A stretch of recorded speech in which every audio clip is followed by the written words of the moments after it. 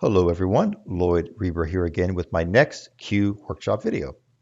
Well, by now you've experienced Q by completing a simple and fun Q sort, and hopefully you're beginning to wrap your head around what Q is and what types of research questions it is good for.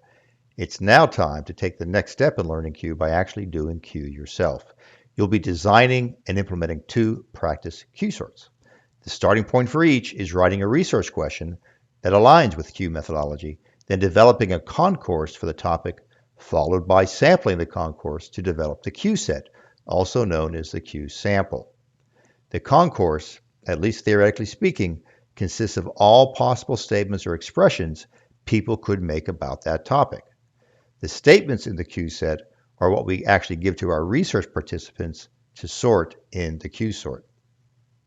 A reminder that for now, we are deliberately skipping any discussion of the philosophical and theoretical foundations of Q.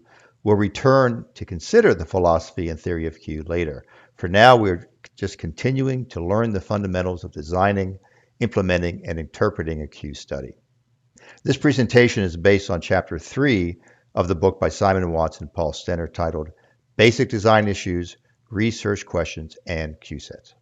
Okay, let's begin.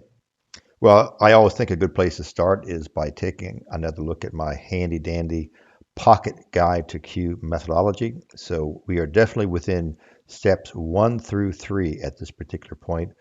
Identifying a topic, writing a research question, then creating the concourse for the topic, and then selecting a Q sample from the concourse. Chapter 3 in Watson Center is the first chapter in section 2 of the book on methods. And all of these chapters are excellent, not just to read, but to reread multiple times. There's lots of great advice and guidance in these chapters, especially for the person just beginning to learn how to do Q methodology. So yeah, I think the chapter did a nice job of kind of showing the different kinds of designs. As we've been saying, multiple participant really is what almost all contemporary Q research tends to use. But single participant is where Q had its origins with Stevenson, and I think it is a good place for us to begin to practice Q, because you don't have to ask other people necessarily to do the Q sort. It's a good idea if you can find someone else besides yourself, but as we've said, you can be the participant. So yeah, your research question at Q, a good fit is a good question to ask yourself. And yeah, the research question that you're asking and this thing called the condition of instruction, they're very, very close. And many times they can almost be exactly the same. But the research question is what you are writing down and then sharing with your colleagues who are going to be reading your paper. The condition of instruction is going to be what you give to the participants. And that may be a subtle difference, but we don't give our participants our papers to read. We give them the instructions on how to, complete the activity.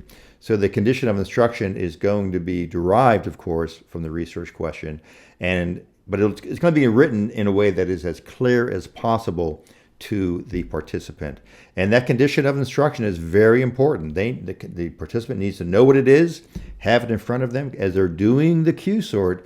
They need to do it according to what that condition of instruction is. Sort these statements with this, idea in mind. Your preference for doing educational research, for example. So Q set development, art versus science versus craft. You read about that. We do need to have a lot of effort and rigor in the Q sort development, and we need to be thinking about our dissertation committees and so on, and a lot of skeptical people out there saying, are you sure you did this right? And that's going to be weighing heavily, I'm sure. We need to meet some criteria of coverage and balance. So this is going to be an important part of knowing whether or not the sample that I've chosen is a good sample from the concourse. We talked about the chapter talked about structured versus unstructured sets, and I'm going to tip my hand now to say a structured set is probably a better way to go for the first few times you do a Q study, and then some examples or suggestions or advice on item sampling techniques. So yeah, I just want to have a complete slide on this. Your research question, is it a good one for Q or is it not? And you want to obviously make absolutely sure the kinds of questions you're asking make sense for this methodology. So if you're interested in people's viewpoints on a topic, what the viewpoints are out there, that subjective, again, point of view, then Q may be the way to go. So how to develop a Q set. And it talks more about developing a Q set in this chapter more than the concourse, but I think the two are going hand in hand as they write. So, I just love metaphors when they work, and I think this is a good metaphor. They talk about, a floor tile size that you see on the left. And if you, on the right, I have a mosaic, obviously, they have much smaller tiles. And this is an interesting metaphor because the fewer statements you have in your Q set, it's like having larger and larger tiles. And you're not going to get much nuance if you have too few tiles. In fact, you could not create a mosaic that shows some image with tiles that are as big as the ones you see on the left. Now, if you have 100 statements, very small tiles, for example, well, then you start creating a problem of logistics. Can the person actually do the Q sort before their frustration level, the threshold of frustration, gets too high? So there's always going to be a balancing act, between that. So the smaller the tile, the more fine-grained detail you have in the Q set and how it represents the concourse. But again, you can make the tiles larger and have, maybe good balance, but maybe the representation is not fine-grained enough. So it's I think a really good metaphor to help us out. So yeah, it is really good as you start putting these statements together that you write them well. And people think like doing your classic surveys, it's really easy to make a survey. You just come up with these statements and they're going to rank them or rate them or something like that. Writing, whether it's any kind of assessment instrument, whether it be survey or otherwise, when they're poorly worded, that's where error comes into the research. Error meaning people don't understand exactly what you mean by what you have written. So you need to continually look to improve your statement, and getting other people to look at your items, like in a small group or breakout session, would be a good way to go. They gave really good advice in the chapter. Obviously, we don't want to have statements that have two ideas, because how do I agree with it or not if I like one part of that statement's idea, but I don't like the other? And that would be called a double-barreled item. So you want the statements to be succinct but complete, but it should express one main idea. A simple example of a double-barreled statement would be something like the following. I think the governor is doing a good job in managing the economy and fighting crime. Well, if I think the governor is doing a good job of managing the economy and a lousy job in fighting crime, then I, as the research participant, will be very confused as to how to sort this statement. And they also, I think, is really good advice to really avoid negatively expressed items. So as opposed to, I do not like this class, because if I say, well, I really do like the class, then I have to put it in the opposite, category to say, well, what would be another way of phrasing that? I feel miserable in this class, so I either agree with that or not. So, so please reread those parts of the chapter related to that. I also really like the fact that they were talking about Q, like what's it good for? And they were really contrasting Q and R again. With R, you have the researcher really putting forth the argument that these statements are going to be measuring a certain construct that I, the researcher, have determined. That would be then using a survey or some kind of a rating system as a method of expression. Does the person have these characteristics that I have determined are important? But Q is meant to be a method of impression.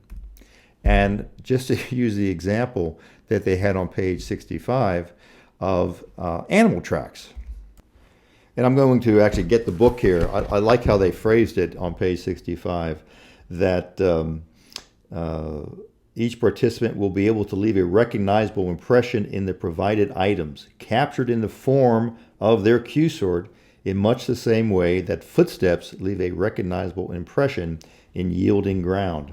Afterward, we simply need to grasp the nature of the beast that just passed by, something that can be achieved through close attention to the impression that they have left and by means of interpretation. So what beast just had been walking over the land right here? I don't think it was a bear. Maybe it was a type of bird.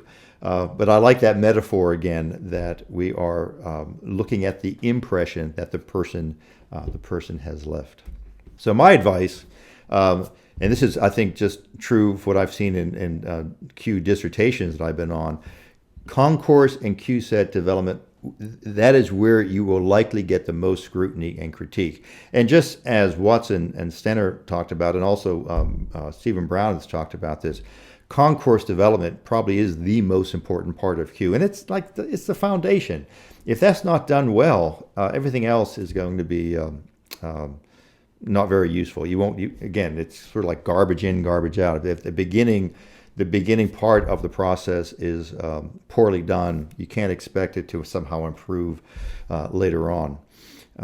So I think going above and beyond in building a concourse and documenting the process. So I think this is where, again, a qualitative methodology really helps us out, where I just need to make it really clear. I can tell the story and show how the data is presented, how I got this data, how these statements came about, the sources I went through, how I went through and had different maybe stakeholders take a look at them, just document the entire process. So again, I think a structured set development where you may think of some overall themes to kind of guide you in what should be in the concourse is probably a good way to go for now. It doesn't necessarily mean that we are necessarily coming up with scales or questionnaires related to those particular topics. So that is the R tradition. So this is not creating a scale or questionnaire, but I think coming up with some themes about how to understand the particular topic is a useful way to get organized. And I think as you're explaining this to someone else, like a committee, I think that's going to be an easier way to explain it.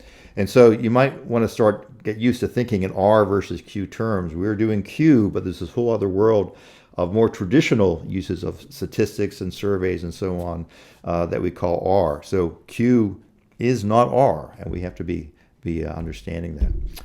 Okay, that's it for now. Until next time.